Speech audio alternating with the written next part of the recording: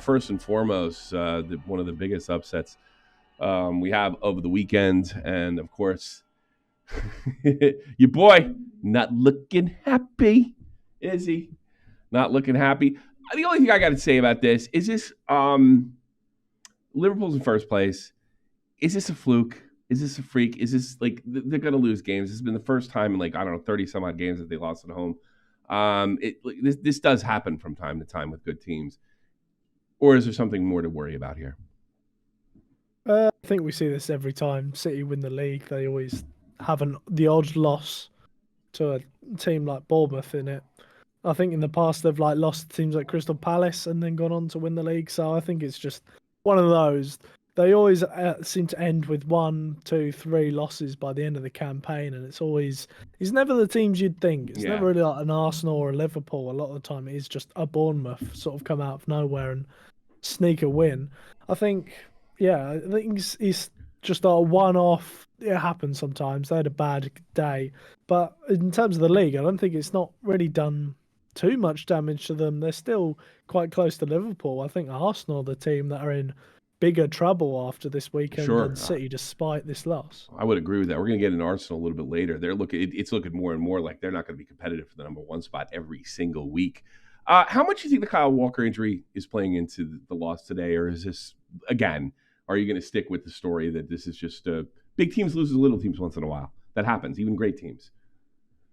I think I'm going to stick to that because we've seen it before. Kyle Walker's not always fit all the time, and that was like when we got Stones playing at right back, and he was sort of a revelation there.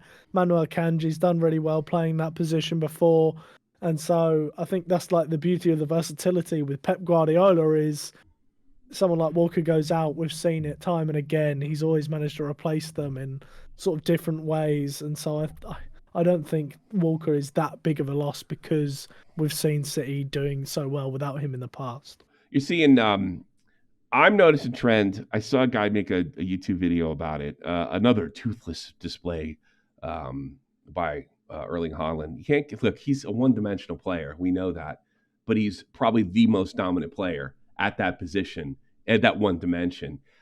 Do you get the feeling that the English press, or maybe even the football press in general, are just looking for reasons because he is not the type of player like a Ronaldo, not skilled like Ronaldo or an Mbappe or a Messi or somebody like that? I feel like, if you look at this guy's stats, he's putting a GOAT conversation in 10, 15 years career together as far as like pure dominance.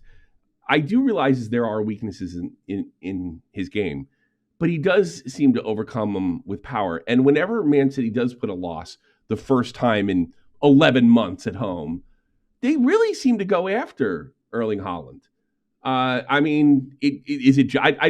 pretty much know your answer by the way you look, but is there any justification for this? It's getting kind of stupid, don't you think? People hate success. Yeah, I think that's what it is. People hate success. Erling Haaland's widely successful, always scoring, and so they just like to poke fun at him when he misses. Like another toothless performance. He's got 11 goals this season. He's the top scorer in the league. So another toothless performance is like what, 1 in 5, 1 in 6. Every other striker in the league has a toothless performance every 2 games. According to that, that's a really good point. Where's the news stories for that? Yeah. And I think, it's just people hate success. And the most important thing that's going on in the Glory Hunter servers, I hope that all of you that are members, and you can become a member in the Discord, you can join us to watch games of this, the whole 9. Make sure you let Hentai for Life know that Bournemouth lost. Hentai is a over-the-top, annoying City fan, and what makes him even more annoying is that he's not even from Manchester. He's not even English. He's played a lot of FIFA. He loves his team. He's legitimate, but make sure you tell him what a dork he is, and enjoy and revel in this loss. Rub it in his face, because City's probably not going to have too many after that, in my opinion, and probably will compete, if not win the title this year whatsoever. Let's go to Pep. Let's see what old Pep's got to say. What do you say there, Pep? What do you got? We are there, so I don't have the feeling that the players Sometimes we have to accept that the opponents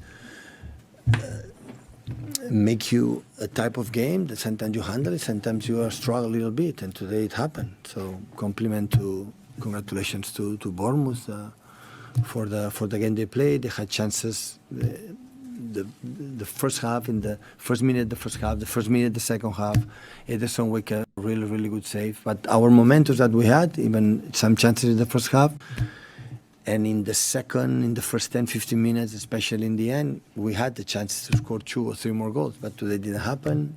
Also, they have it as well. So, and at the end, we could not win. It sounds like he feels the same way you do. There's no concern here from the coach. So this is more than likely just a fluke. But congratulations. You got to be on top of your game to beat even a half-assed Man City. So I don't think there's much concern here. I think there's people out there that just want to cry and complain about City when the rare occasion that they don't win.